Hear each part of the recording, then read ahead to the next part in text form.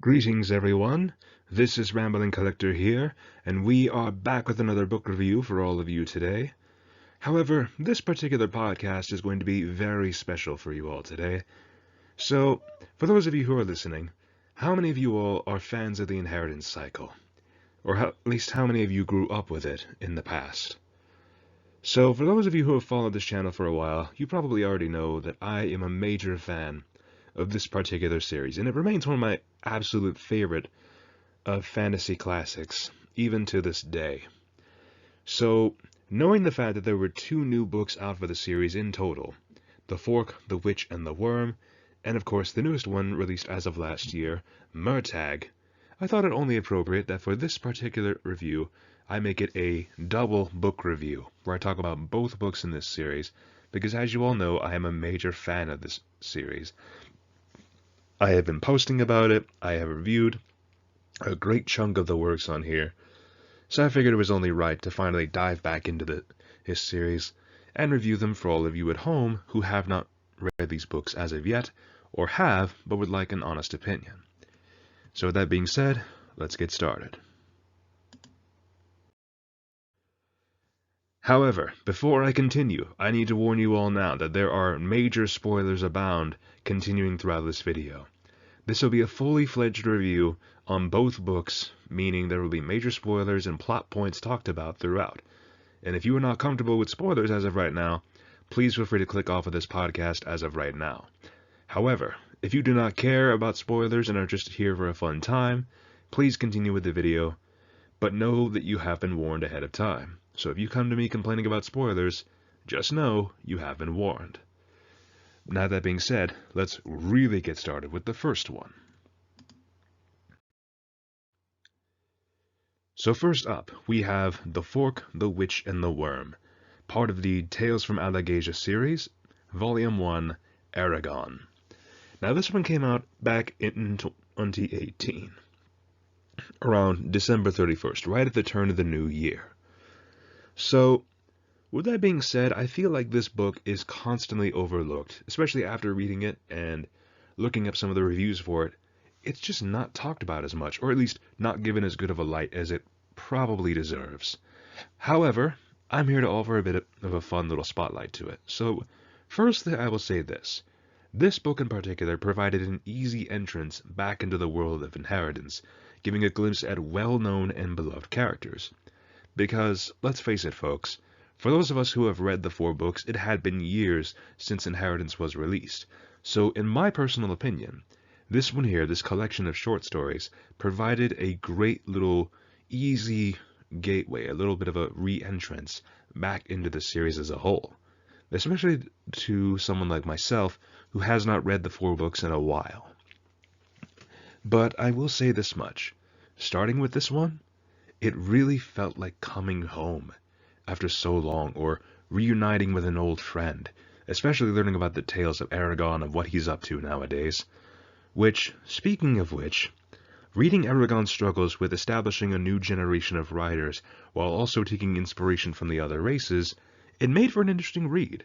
We see how he's constantly juggling all the paperwork and trying to get the holding set up, trying to keep the Eldenari and Dragon Eggs protected, trying to establish new tunnels with the dwarves, Urgles, and elves that are under his command, and trying to blend all these diverse personalities together without a lot of them coming to blows, which, as you can imagine, seeing as how these races have constantly been at each other's throats for generations, is a very hard task to juggle, especially for one such as Aragon, who has had very little experience in leading people into battle.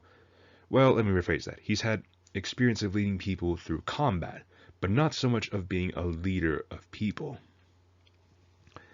But it was definitely interesting to see him juggling all of this, but seeing how others are intervening on his behalf to kind of give him a chance to de-stress a little and just not hold as much baggage on himself, especially Saphira interfering as well.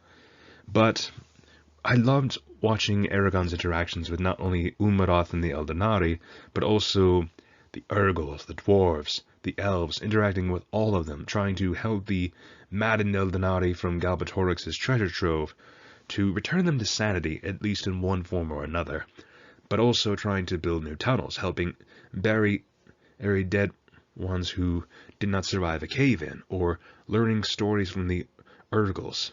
It was very fun to listen to that. And not only that, but this particular short story collection is what I like to call a progressive short story collection. By that meaning, it is a collection of short stories. However, it provides a cohesive story throughout, as in it's not just a bunch of random stories taking place in different time periods with no indication of where they're taking place or when. There's a progressive story here. And if you want a great example of that, you should check out the collection called No More Heroes, which I have reviewed in the past and provided that exact example of what I'm talking about, of a progressive short story collection. But the three main perspectives of stories that we get here is a story involving Murtagh, Angela the Herbalist, and even an Urgle spellcaster known as Ilgra, all of which were very fun to read. Especially the Murtagh story especially was interesting because it's not from Murtagh's perspective. We simply see him there. It is in fact from a young girl who works in a tavern in the small town of Sionon, or city, whichever one it is. But we see her interactions with Murtagh, of how she learns about him and where he's been, as well as we see the seeds of a possible future plot point planted here. But then moving on, we actually get a glimpse at the backstory of Angela the Herbalist, at least how she's written it, as she has actually been writing down her autobiography at the time, which that alone is kind of funny to me, especially because this particular segment of Angela's story was actually written not by Chris himself, but by Angela Paolini. And not gonna lie to you guys, Angela the Herbalist was definitely one of my favorite characters going through this entire series because she was kind of that enigma of a character. She was always there, providing some witty remark or some rare form of wisdom or a different way of looking at things. And I thoroughly enjoyed her character, especially with the fact that she was not afraid to get scrappy with the other characters when needed. For instance, during the Inheritance book, when the Varden are getting invaded by the forces of the Empire and Murtagh and Thorn, she is not afraid to walk out and charge enemy soldiers with a pair of steel hairbrushes in her hand, and spinning and darting and just giving all these folks terrible needle pinpricks and scratches throughout, which, how do you become so badass and so cool of a character that you can wield hairbrushes and be terrifying? Just how is the question I have. Not to mention, I love her witty remark to Aragorn when he gives the name of his sword to her. How she literally says, "Fire? What kind of a boring name is that?" You might as well name it Blazing Blade and be done with it. Oh, God, I just love her character. But then, of course, my actual personal favorite story of that was the story of Ilgra, the Urgle spellcaster, and Virmund, the wild dragon, or known as the Worm. And it was definitely the most enjoyable story in my personal opinion, especially with the surprising final battle against the Leatherblaka, which highlighted just how scary these things can be, because let's face it, folks, the Razak were a constant threat throughout books 1, 2, and 3, with even little pockets of them popping up in books 4, as well as in Murtagh. But here, in The Fork, the Witch, and the Worm, we finally get that fear factor back that had been missing after book 3, because the Razak were at first hyped up as the hunters of man, as these terrifying parasites that always needed to be purged, of how, at one point, the riders themselves had to step in because they were growing too numerous and too much of a cancerous virus throughout Alagaesia. And seeing the Leatherblaka especially was a terrifying prospect again, because these things have the equivalent to battle dragons, and possibly win, or at least give them severe damage. The fact that Leatherblaka, the parents and mounts of the Razak, have the ability to contest with dragons is a terrifying prospect, especially when we see Ilgra teaming up with her hated enemy of Virmund, who has been a scourge upon her village for generations now, as she herself has become an outcast as from her home and family. We see these two outsiders who hate each other teaming up to take on a common enemy, And that made for an engaging story that I absolutely adored. But especially with Angela, I want a standalone novel with her alone. I want to learn more about her backstory. Would it make her less interesting? Maybe. Or maybe not.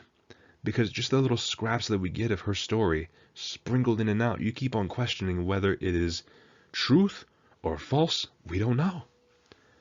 But I loved how this highlighted the various folks of Alagaesia, from, again, Murtagh to Angela to Ilugra the Urgal spellcaster, of how she was a common folk tale and story told in the Urgal tribes and people. It was fun to get that, not to mention the ending bit where we hear about a new dragon has finally hatched. Whether it is wild or for a writer, we do not know. However, just that alone gave that little sparkle of hope. And to me, it's a major crime that this particular collection is skipped over so often. Because to me, this provides not only an easy gateway to get back into the inheritance cycle, but it provides a way to kind of peek at one side of the story, with Aragon and what he's up to, and where he's been and what he's doing now. But as for the next book, when we really dive into the other perspective with Murtagh, it provides a much richer detail of what's going on. Speaking of which,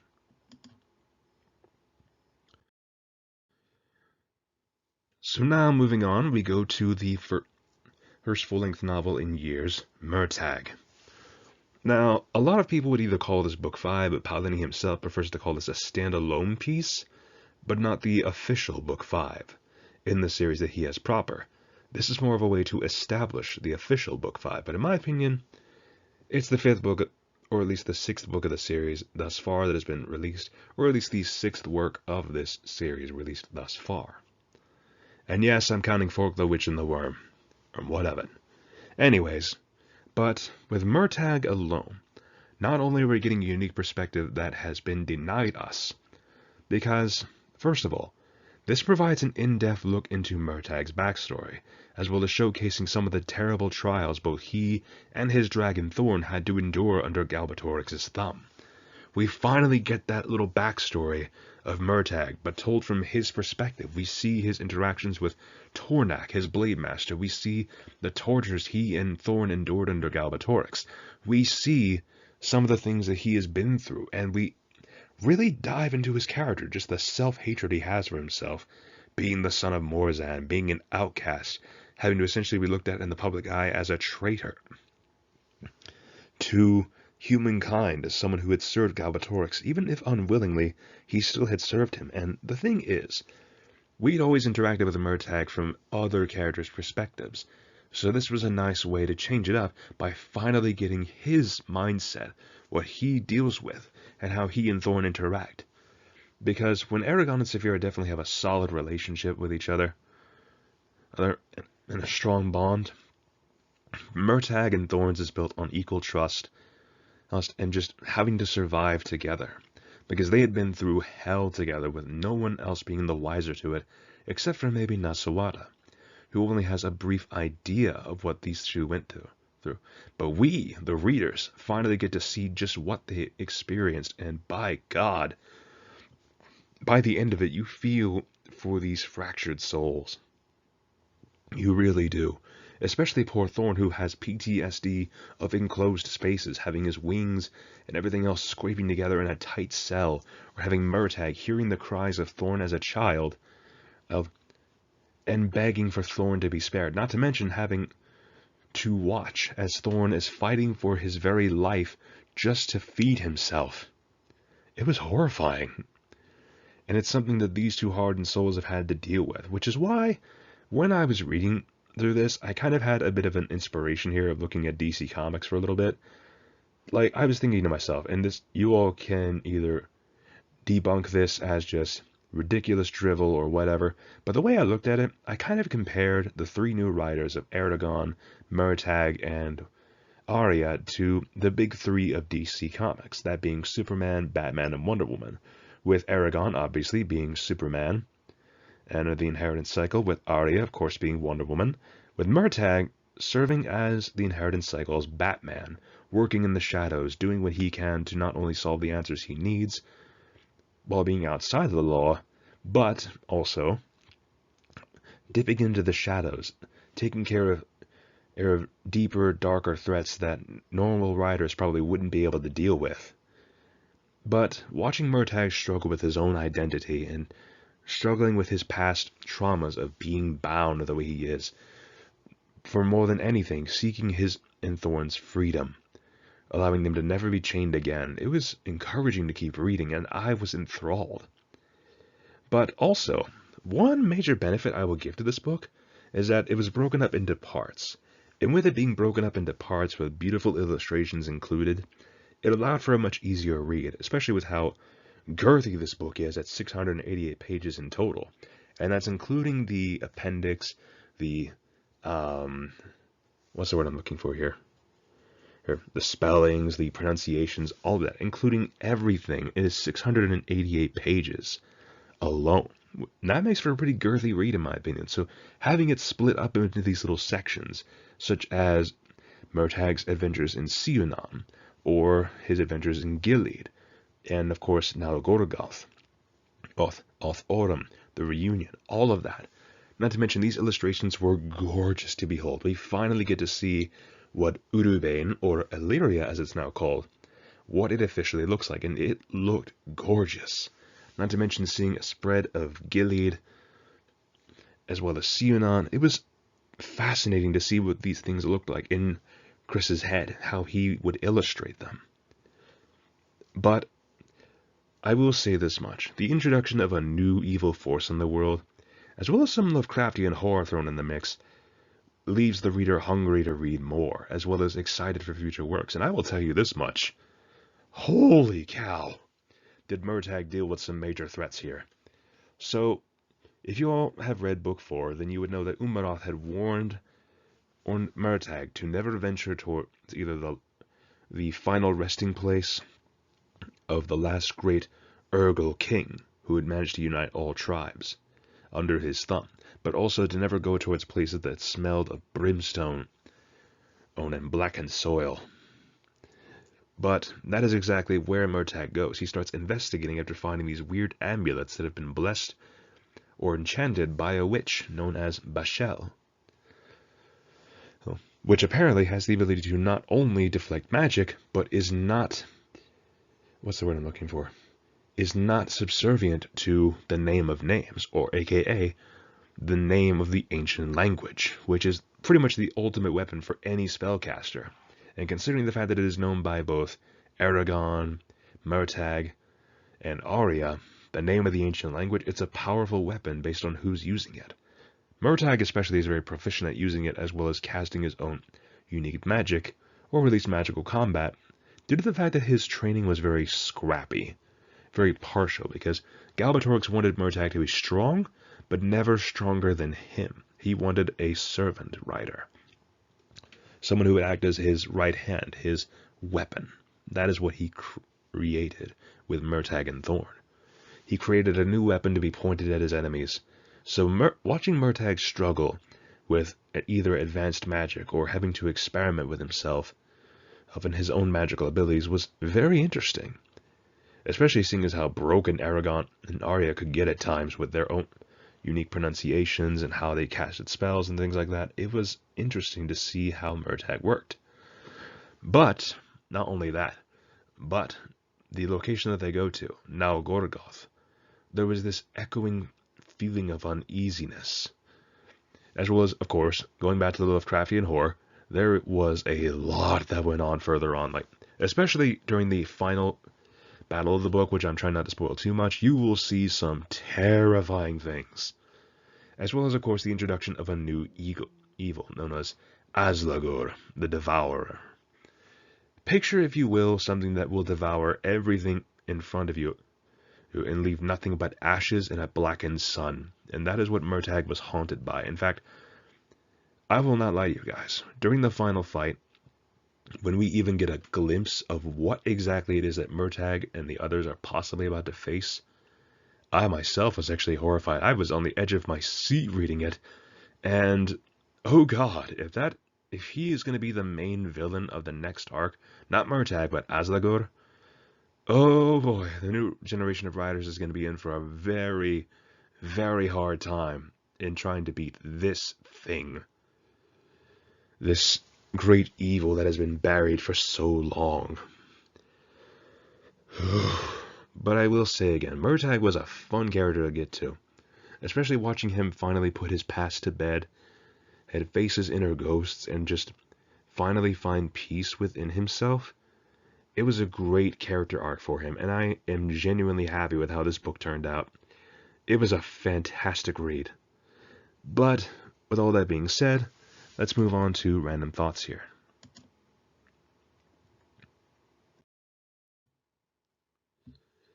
So first things first, that I'm going to say this much. If you are either a seasoned veteran of reading the Inheritance cycle, or if you want to pick up these two books after this review, I would recommend picking them both up. Start with The Fork, Witch, and the Worm, and then read Murtagh, because the first chunk of the Murtagh story is actually shown in the Fork short story, but it is told from Murtagh's point of view. But the reason why I am saying to pick both of these up is because you get both sides of the coin. With Fork, the Witch, and the Worm, you get the other peoples of Alagaesia, but you get the lighter side of it. You get Aragorn's story as he begins to found a new generation of dragons and riders. And then on the flip side, you see Murtagh, an outcast rider. They're trying to find these ancient evils and eventually uncovering a grand conspiracy that could possibly dethrone Nasawada and bring fire and brimstone to Alagaesia if it is not stopped, or at least delayed.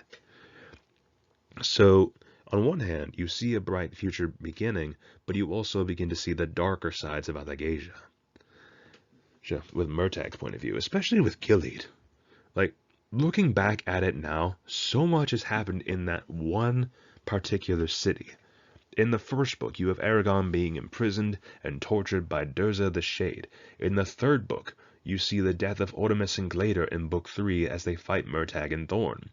And then, again, you see Murtagh having to return to this very same city, confronting the scars of his past, especially with having to essentially defile Glader's grave. It was a very, very hard thing to think about. And when you think of just how many locations now are loaded with so much recent history as well as old, it's a genuinely huge prospect to look at. And that's one of the things that I love about these books, is that they are so rich in detail and story. You genuinely begin to see it in your mind's eye. You picture the land of Alagaesia and beyond before you. You see it all, and it is a grand story to really dive into and lose yourself into. And that is one of the greatest strengths that I feel that Paolini has with his writing. Sure, he started off rough with Aragorn, but as he continues, you genuinely just feel enthralled. You want to see more of this world. And that is one of his greatest strengths, in my opinion. Especially with both of these books back to back.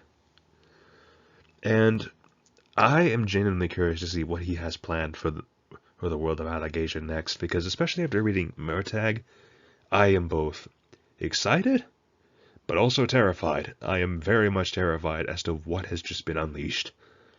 And oh boy, it's going to be a doozy. And if you really want to learn more about that, you should definitely pick up Murtagh for yourself if you haven't already. But with that being said, let's move on to the final scores. So, in conclusion, I would give both The Fork, the Witch, and the Worm, as well as Murtagh, both a solid 10 out of 10 on both scales. Because while The Fork, the Witch, and the Worm is definitely a slower read, it provides a great gateway back into the world of Alagaesia after so long, and Murtagh was just an engaging read from start to finish. Paolini, you once again do not disappoint, and I am genuinely excited to either pick up more of your other works, such as your new sci-fi series with the Fractured Verse, or just waiting for the next piece of Alagaesia to drop. I am genuinely excited, and I cannot wait, especially with the news that I've heard of a new Aragorn TV show being made. I really hope it is given justice when it is brought to the screen, because let's face it, folks, that Aragorn movie, not great. It serves as a great gateway, but after reading the books, you will look at it as hot garbage. You will be appreciative of it for introducing you to this world, but after that, you will just be looking at it like there's so much wrong with you. But I really hope you all enjoyed this review, this double book review. And if you'd like me to do more videos like this of just covering 2 books of the same series or more like this, please feel free to let me know. I genuinely enjoyed diving back into the world of Inheritance with you guys, and if you really want to hear more of my thoughts about the other books in the series, you should check it out in my Reading Reflections series, where I talk about the whole series. Or if you really want to check out some of my other individual reviews of both Eragon, Eldest, and Brissinger, then feel free to give those a listen as well. More importantly, you guys, thank you so much for listening. It really means a lot if you stuck around to the end of this video. And if you like what I do here, please feel free to either like, comment your thoughts down below, or subscribe if you're interested for more. I can guarantee that you guys will not be bored with this book reviewing podcast, and it really means a lot that you stick around and listen to this crazy man's ramblings about literature, as well as everything else under the sun. It really means a lot, you guys. And I will see you all in the next video. This is Rambling Collector, signing off for now. Take care, fellow readers.